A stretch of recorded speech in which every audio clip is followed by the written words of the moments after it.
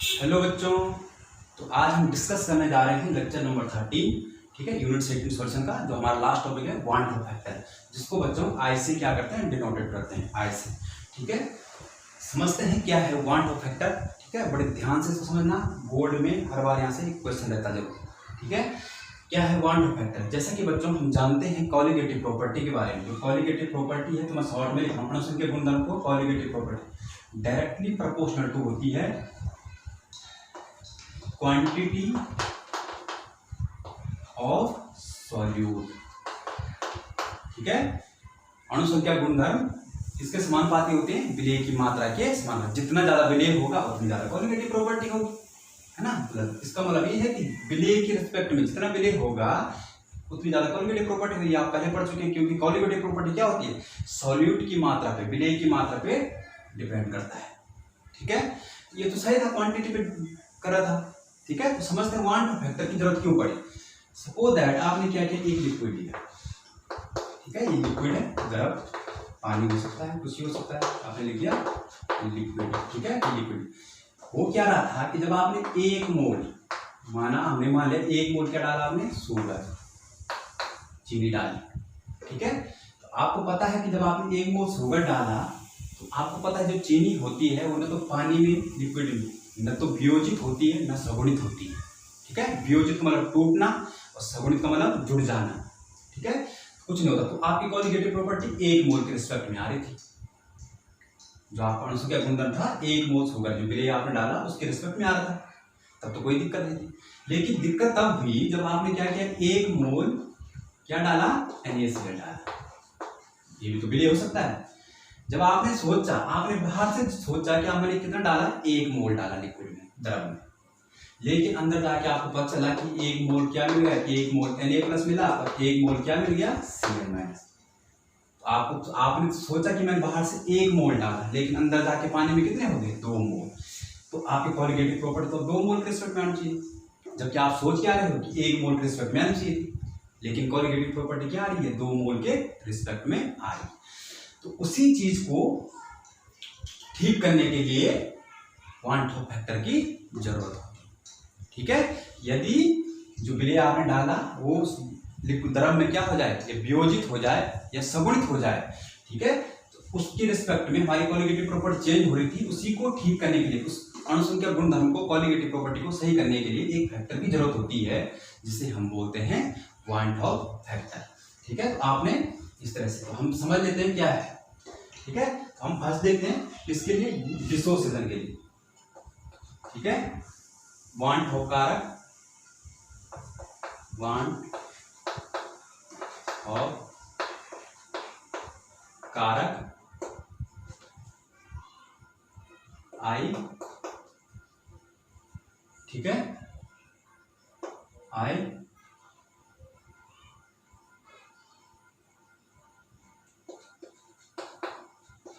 विलेय का विलयन में वियोजन। ठीक है, यदि विलेय का क्या हो जाता है, विलयन में वियोजन हो जाता है। ठीक है, डिसोसिएशन हो जाता है। हम फर्स्ट एग्जांपल NaCl का लेते हैं। NaCl से क्या मिलेगा, Na+ और Cl-। ठीक है, अब आप सोचो, जब T टाइम इक्वल टू बच्चों 0 था, हमने मान लिया कि कितना लिया था हमने, 1 मोल, तब ये कितना टूटा होगा, 0, क्योंकि तब शुरू नहीं हुआ। ठीक है, T टाइम T पे क्या हुआ, ये टूट गया 100%, पूरा टूट गया, तो यहाँ तो 0 बचेगा।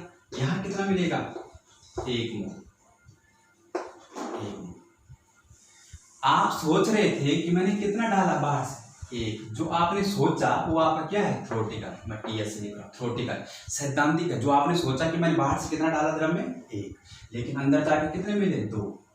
तो जो अंदर मिले आपको लिक्विड के अंदर, ये क्या है आपकी, 2 जो मिले आपको, ये आपकी ऑब्जर्व है, जो आप प्रयोग से करते हैं। ये तो आपने प्रयोग करके देखा, ऑब्जर्व मतलब प्रयोग, सैद्धांतिक मतलब थ्योरेटिकल जो आप करते रखा।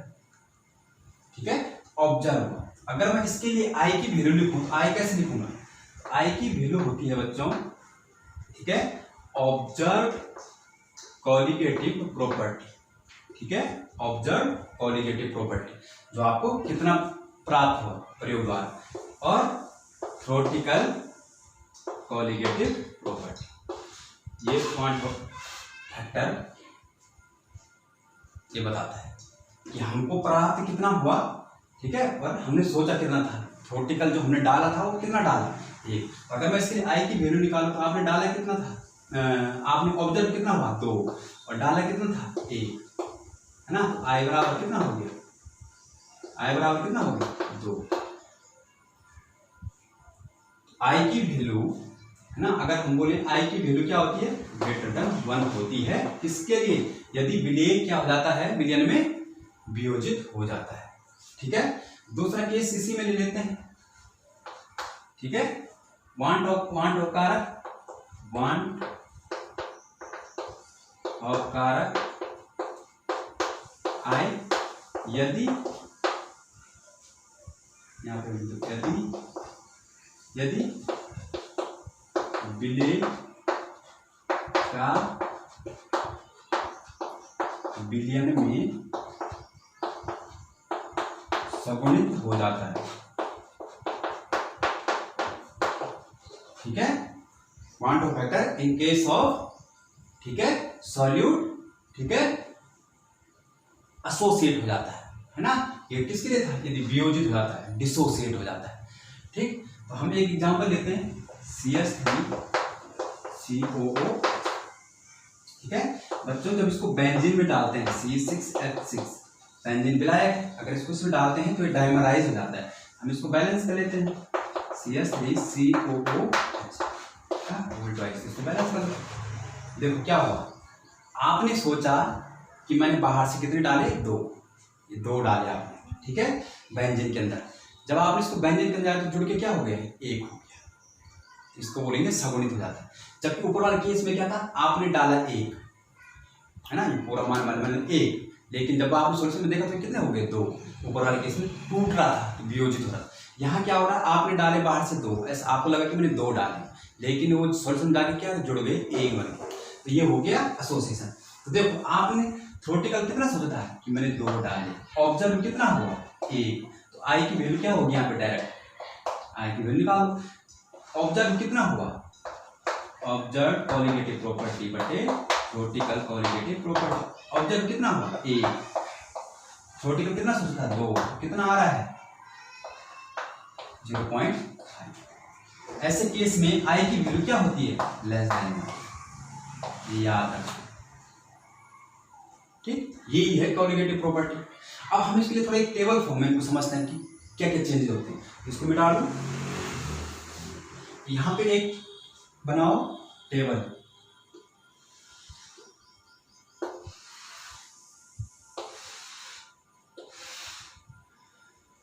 यहां पे लिख दो डिसोसिएशन,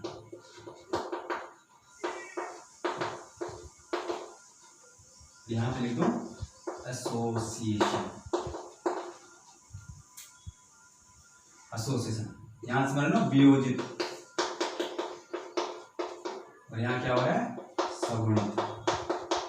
कौन, विलेय, यदि वियोजित जाता है सगुणित जाता है। तो हम देखते हैं बच्चों कि फर्स्ट विलेय की मात्रा,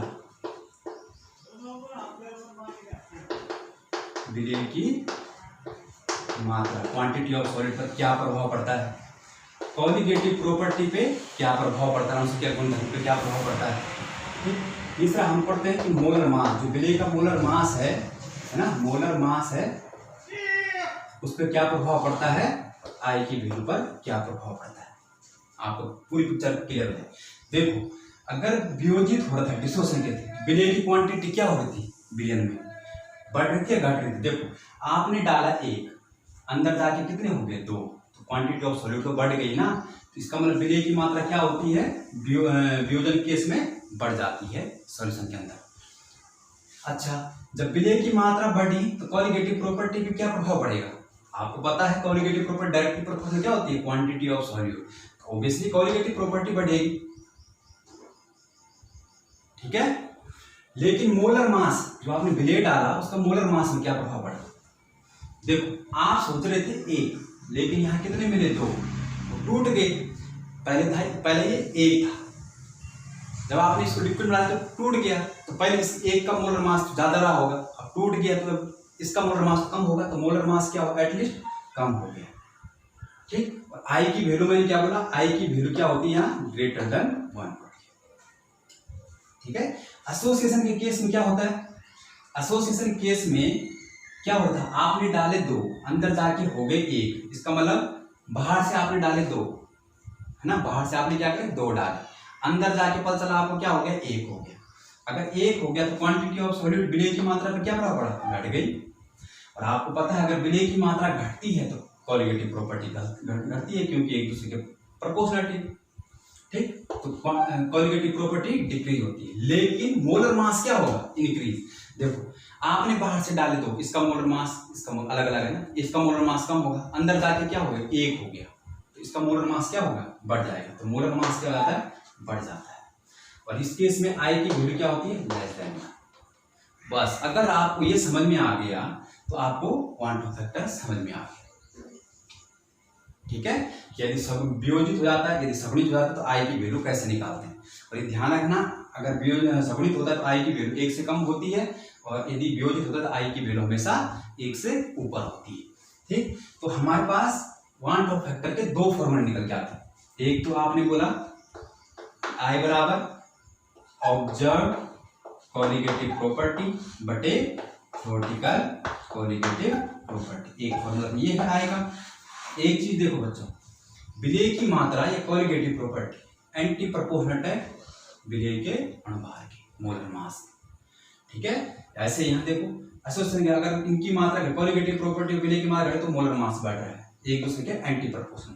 तो हम यहाँ से एक रिलेशन और बना सकते हैं, जैसे आई बराबर हमने बोला ऑब्जर्व कोलिगेटिव प्रॉपर्टी, तो आई बराबर क्या हो जाएगा, यहाँ हो जाएगा थ्योरेटिकल मोलर मास बटे ऑब्जर्व मोलर मास, क्योंकि एक दूसरे के प्रोपोर्शनलिटी है। अगर हम मोलर मास के रिस्पेक्ट में आई की वैल्यू निकालेंगे तो हम थ्योरेटिकल मोलर मास बटे ऑब्जर्व मोलर मास अणुभार की, ये सब विलेय की हैं। ठीक है, या कोलिगेटिव प्रॉपर्टी निकालनी है, ज्यादातर आपको कोलिगेटिव प्रॉपर्टी निकालनी पड़ती है। तो अगर पेपर में आता है NaCl KCl, है ना, जाके लिक्विड में क्या हो जाता है, वियोजित हो जाता है, तो उसके लिए आई की वैल्यू क्या हो जाती है। ठीक है भाई, KCl है तो K + Cl में देगा, डाला 1, विलेय कितने 2, आई की वैल्यू निकल के आ जाएगी 2। ठीक है, कभी तो डायरेक्ट पूछ देता है। ठीक है, तो ये आपके पास हो गया क्वांटम ऑफ फैक्टर। ठीक है, तो आप इसका स्क्रीनशॉट ले सकते हो, आप इसको नोट कर सकते हो। समझ में आया कि क्या क्या हो रहा है, क्योंकि colligative property directly proportional quantity of solute. ठीक है, अब हो इसके बाद क्या होगा, इसके बाद हम एक चीज निकाल सकते हैं। ठीक है, अब आई निकालने के बाद हम करेंगे क्या, हमने क्वांटम ऑफ फैक्टर निकाल दिया, क्वांटम ऑफ फैक्टर निकालने से क्या होगा, क्वांटम ऑफ फैक्टर निकालने से हम क्या करेंगे, कोलिगेटिव प्रॉपर्टियां ठीक करेंगे। ठीक है, तो हमारे पास कोलिगेटिव प्रॉपर्टी कितनी थी बच्चों, 4। नंबर 1 थी आपके पास RLVP, मैं फॉर्मूला लिख देता हूँ, P0A - PA/P0A equal to JB या XB, RLVP है ना, सापेक्षिक वाष्पदाब अवनमन, राउल्ट का लॉ सेकेंड। ठीक है, दूसरी कोलिगेटिव प्रॉपर्टी थी आपके पास डेल्टा TB बराबर KB मोलरिटी। ठीक है, तीसरी कोलिगेटिव प्रॉपर्टी थी डेल्टा TF बराबर KFM, और चौथी कोलिगेटिव प्रॉपर्टी थी बच्चों यहाँ पे पाई, प्रासंगिक दाब बराबर CRT। ठीक है, तो आपने क्या करना है, आई कैलकुलेट करने के बाद, क्योंकि अगर वो वियोजित तो सगुणित हो जा रहे हैं किसमें, विलायक के अंदर या द्रव के अंदर, तो आपने कोलिगेटिव प्रॉपर्टी आई को निकाल के जो ये कोलिगेटिव प्रॉपर्टी है इनको ठीक करना है। कुछ नहीं करना है, इसमें क्या करना है, आई की मल्टीप्लिकेशन कर देनी है, आई की सब जगह मल्टीप्लिकेशन गुणा कर देना है आपने। ठीक है, तो आप क्या पढ़ोगे कि डेल्टा P0 - PA बटे P0 है, इसको हम RLVP बोलते हैं, रिलेटिव लोअरिंग वेपर प्रेशर। ठीक है, I × XB, delta TB I × KB × M, TA बराबर I KF × M, पाई बराबर I × CRT। ठीक है, और यही करना है। अब देखो, अगर यदि I की वैल्यू 1 है ना, ये फर्स्ट हो सकता है, फर्स्ट केस हम बोल सकते हैं कि यदि, मैं इसको थोड़ा यहाँ नोट करके लिखा दूँ, यहाँ पे लिखा देता हूँ, केस फर्स्ट, यदि विलेय ना तो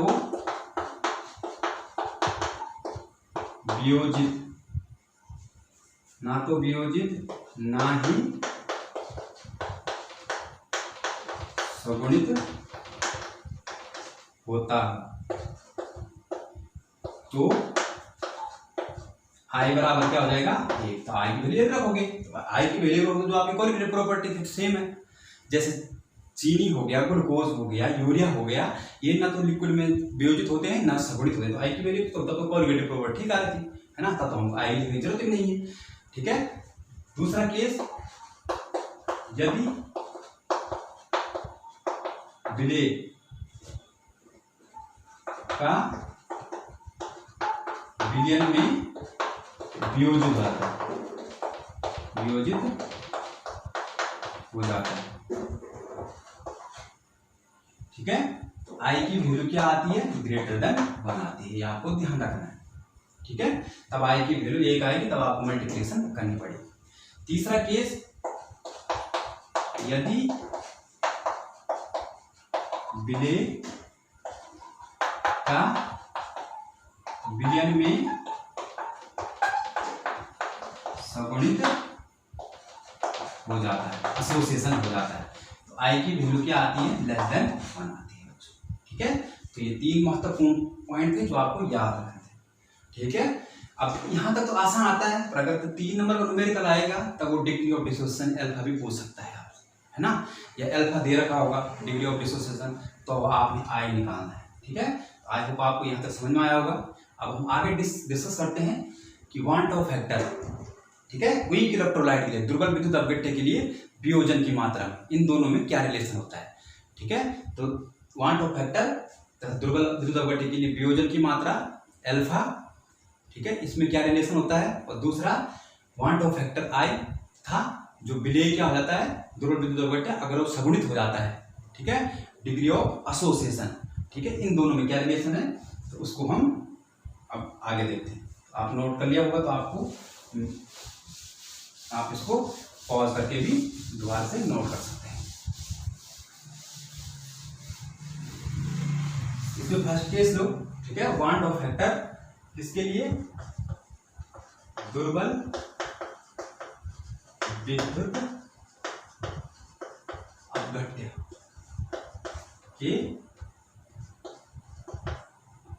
के लिए वियोजन की मात्रा, जिसको हम बोलते हैं अल्फा, जिसको हम बोलते हैं डिग्री ऑफ डिसोसिएशन, अल्फा से इसको डिनोट करते हैं। वांट ऑफ फैक्टर दुर्बल विद्युत अपघट्य के लिए अल्फा में क्या रिलेशन है। ठीक है, आई और अल्फा में क्या रिलेशन है, तो पहले हम समझ लेते दुर्बल विद्युत अपघट्य लेते हैं। मैं दुर्बल विद्युत अपघट्य CH3COOH, ठीक है, क्योंकि दुर्बल है, 100% डिसोसिएट नहीं होता है, तो आप क्या बनाएगा, CH3COO प्लस। ठीक है, अब देखो जब t टाइम इक्वल टू था 0, तब आपने मान लिया कि आपने कितना लिया, ये 100 लिया, मैं मान लेता हूँ 100 लिया, पहले मैथमेटिक्स में 100 लिया, तभी 2 टाइम तब कितना बना, 0, तब शुरू नहीं हुआ था। लेकिन t टाइम t पे, t equal to t time t, आपने कितने लिए थे, 100। ठीक है, अब मैंने बोला कि ये 100 में दुर्बल है, तो ये कितना टूटा, 50। ठीक है, अगर ये 50 टूटा तो ये कितना बना होगा, 50, और ये भी कितना बना होगा, 50। ठीक है, अगर मैं बोलूं कि इसके लिए डिग्री ऑफ डिसोसिएशन अल्फा क्या होगा और आई क्या होगा, पहले मैथमेटिकल समझे। देखो अगर मुझे निकालना है इसके लिए आई क्या है, थ्योरेटिकल आपने कितना सोचा, 100, ऑब्जर्व कितना हुआ, अब कई लोग ध्यान तो यहीं भी जा रहा होगा, लेकिन यहाँ भी तो बचा हुआ है विलेय की मात्रा, 2 तो ये है 50, और यहाँ ये 50 से टूटा है, ये भी तो बच रखा है, ये भी इसमें ऐड हो जाएगा। ठीक है, ऑब्जर्व में, तो ऑब्जर्व कितना हुआ आपका, देखो 100 माइनस 50, 50, 50 100, 50 150, कितना आ गया, 150 बटे 100, ये कितनी है आपकी, ये ऑब्जर्व की, और थ्योरेटिकल कितनी है, 100, तो ये कितना आ जाएगा, 0 से 0 कैंसिल, है ना, 1.5 वाले आई की वैल्यू हमेशा जब क्या होता है डिसोसिएट होता है तो आई की वैल्यू हमेशा 1 से ऊपर आती है। अच्छा, अगर कोई पूछे आपसे अल्फा क्या है इसके लिए, तो देखो अल्फा कोई बहुत बड़ी बात नहीं, अल्फा क्या है, ठीक है, अल्फा ये था कितना ब्रेक हुआ और कितना आपने डाला था, 100 डाला आपने, डाला कितना था 100, ब्रेक कितना हुआ 50, कितना आ जाएगा 0. अल्फा की वैल्यू, अल्फा होता ही है डिग्री ऑफ डिसोसिएशन, वियोजन की मात्रा जो अल्फा होती है, आपने डाला कितना था और टूटा कितना, ठीक है, डाला आपने 100 था, टूटा कितना 50, ये आ गई अल्फा। लेकिन यहां से हमें आई और अल्फा में तो कोई रिलेशन नजर नहीं आ रहा, ठीक है, ये तो मैंने आपको सिर्फ सुनाने के लिए बताया। हमें एक किसको है ना सिंबॉलिक रिप्रेजेंटेशन में ले आते हैं और दोनों के बीच में रिलेशन निकालते हैं क्या है। तो मैं इसको एक रिएक्शन लिखता हूँ दुर्बल विद्युत अपवर्तक के लिए, ए के फुट में लिख दो एन, क्योंकि दुर्बल है तो एन।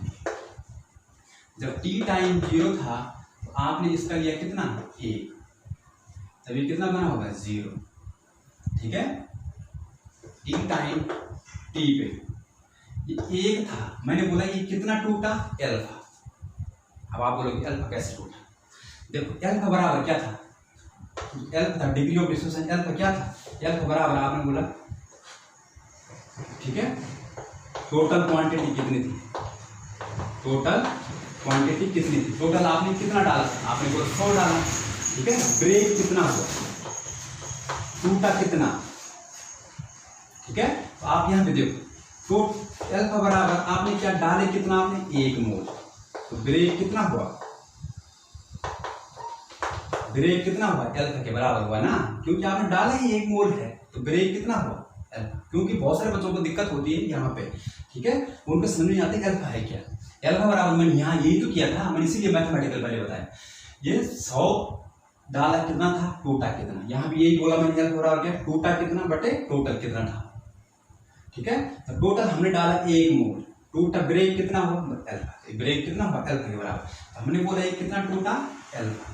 जब ये अल्फा टूटा तो यहाँ देखो, यहाँ 1 मोल से कितने बनते हैं एन मोल, इसका अल्फा टूटा तो यहाँ कितने बनेंगे मोल एन अल्फा, समझ में आया। जब 1 से बनते हैं एन मोल, 1 से बनते हैं एन मोल, इसका अल्फा टूटा तो यहाँ कितना बनेगा एन अल्फा, ठीक है, तो ये आपके पास अब देखो तो हमने आई निकालना है, आई कैसे निकालोगे, देखो ये तो आपका क्या है ऑर्बिटल और ये आपका क्या है ऑब्जर्व। आई बराबर क्या होता है, आई बराबर होता है ऑब्जर्व कॉलिगेटिव प्रॉपर्टी बटे थ्योरेटिकल कॉलिगेटिव प्रॉपर्टी। अब आपने ऑब्जर्व कितना किया 1 minus alpha plus n alpha upon 1, theoretical कितना डाला था 1, तो आई बराबर क्या है, ठीक है, आई बराबर अब यहां से अल्फा कॉमन निकालो तो ये क्या बन जाएगा 1 प्लस अल्फा एन माइनस 1। अब इसको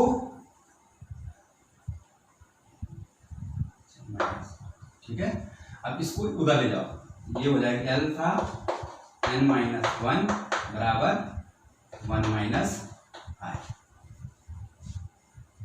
ठीक है, अल्फा बराबर क्या हो जाएगा 1 माइनस आई अपॉन एन माइनस 1, ठीक है।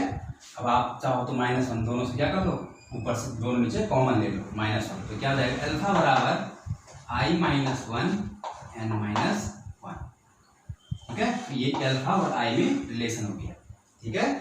देखो आई क्या है क्वांटम फैक्टर, अल्फा क्या है कितना वियोजित हुआ, यानी क्या है कितने प्राप्त हुआ आपको एन, ठीक है, तो ये हो गया अल्फा और आई में इसके लिए ध्रुव विद्युत के लिए वियोजन की मात्रा है। तो कभी कभी आपको अल्फा निकालना पड़ सकता है, तो पहले आप आई निकालोगे है ना, आई आप डायरेक्ट निकालोगे, आई निकालोगे यानी कितने प्राप्त हुए तो आपको अल्फा जरूरत पड़ती है, कभी कभी अल्फा दे देगा तो आई निकालोगे यहाँ से, ठीक है। तो फर्स्ट केस ये था, ठीक। अब सेकंड केस लेते हैं दुर्बल विद्युत अपघट्य के लिए सगुणन की मात्रा, ठीक है, मिटा दूं, पॉज करके देख लेना।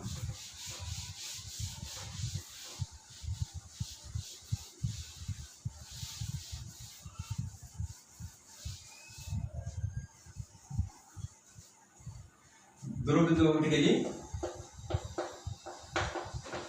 सगुणन की मात्रा, जिसको हम बोलते हैं क्या, बीटा।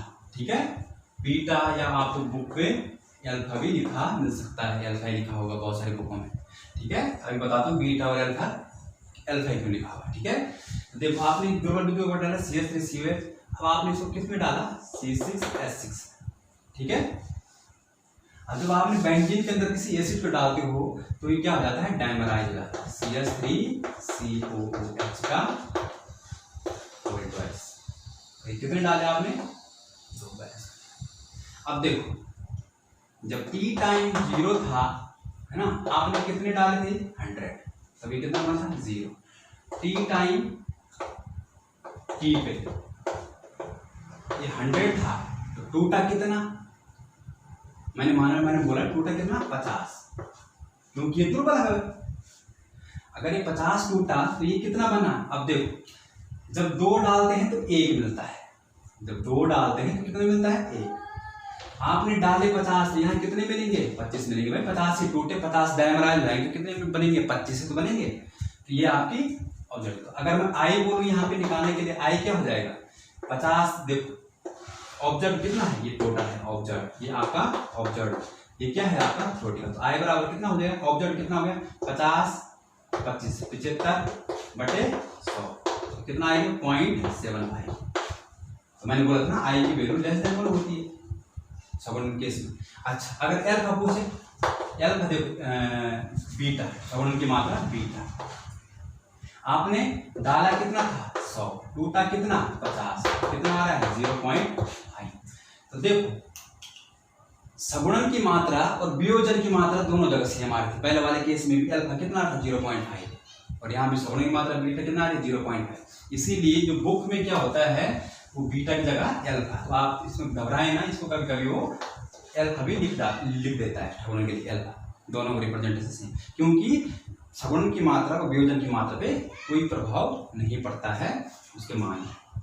ठीक है, इस तरह से हम निकालते हैं। अब हम इसके लिए भी आई और अल्फा में या बीटा में रिलेशन देखते हैं कैसे निकलेगा। आप क्या करो, आपके क्वेश्चन लिखो।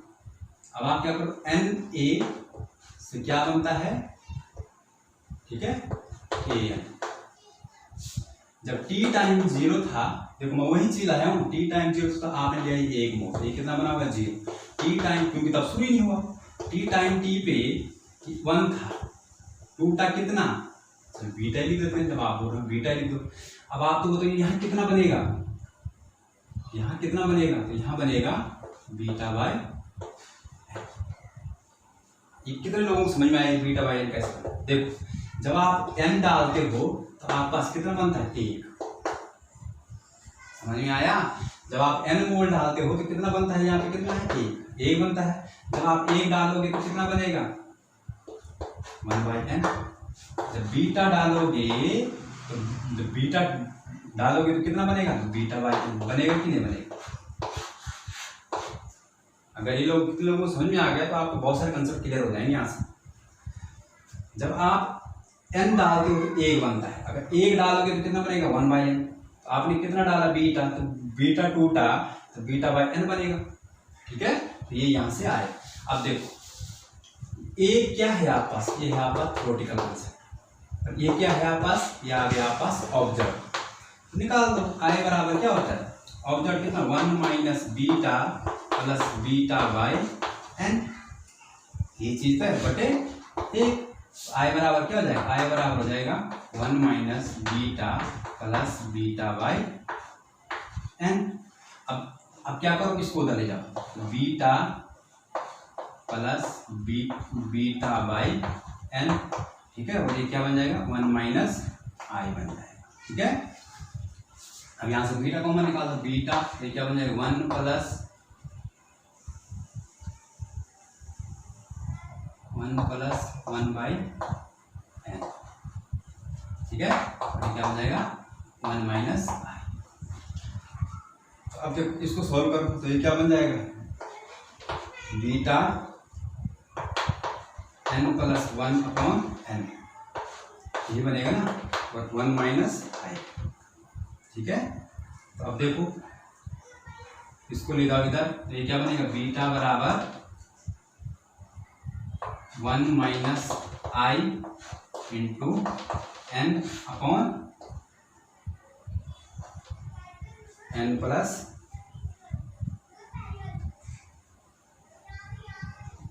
बीटा, बीटा 1 माइनस बीटा, ठीक है, एन प्लस, ठीक, ये आ गया इसमें बीटा, बीटा कॉमन निकाला, बीटा और आपके पास निकल गया है एन प्लस, तो ये आ गया बीटा, ठीक है, डिग्री ऑफ एसोसिएशन बीटा की वैल्यू आपके पास निकल गया। अब देखो इतना लंबा याद करने की जरूरत नहीं है, अगर दोनों केस में आपने देखा होगा, देखो आई बराबर क्या था, 1 माइनस एल था प्लस एन एल, ये आता ना फर्स्ट वहाँ पे पहले वाले केस में, किसके लिए, डिसोसिएशन के लिए, और दूसरा वाले 1 minus beta plus n upon beta. अब अगर मैं इसको एल्फा लिख दूं तो ये एल्फा हो गया, तो ये भी एल्फा हो गया। तो देखो कुछ चेंज नहीं करना है, आई बराबर एन एल्फा या एन बाई एल्फा, किसके केस में, एसोसिएशन के केस में, एसोसिएशन के केस में। आई होप आपको समझ में आ गया होगा वांट ऑफ फैक्टर क्या है, मैंने दोनों तरीके समझाए, ठीक है, कि आई कैसे निकालते हैं और एल्फा या डिग्री ऑफ एसोसिएशन कैसे निकालते हैं। डिग्री ऑफ एसोसिएशन के लिए डाला कितना था, टूटा कितना, आई क्या था, ऑब्जर्व कितना हुआ और थ्योरेटिकल आपने कितना डाला था, ठीक है, उसके बेस में हमने निकाला। ज़्यादा समझ में तब आएगा तो मैं इनको न्यूमेरिकल में यूज़ करूंगा, ठीक है। तो अगले वीडियो में हम न्यूमेरिकल सीखेंगे, इस चैप्टर्स में जितने भी न्यूमेरिकल थे एक एक दो न्यूमेरिकल में आपको जरूर कराऊंगा, ठीक है। तो thank you, all the best.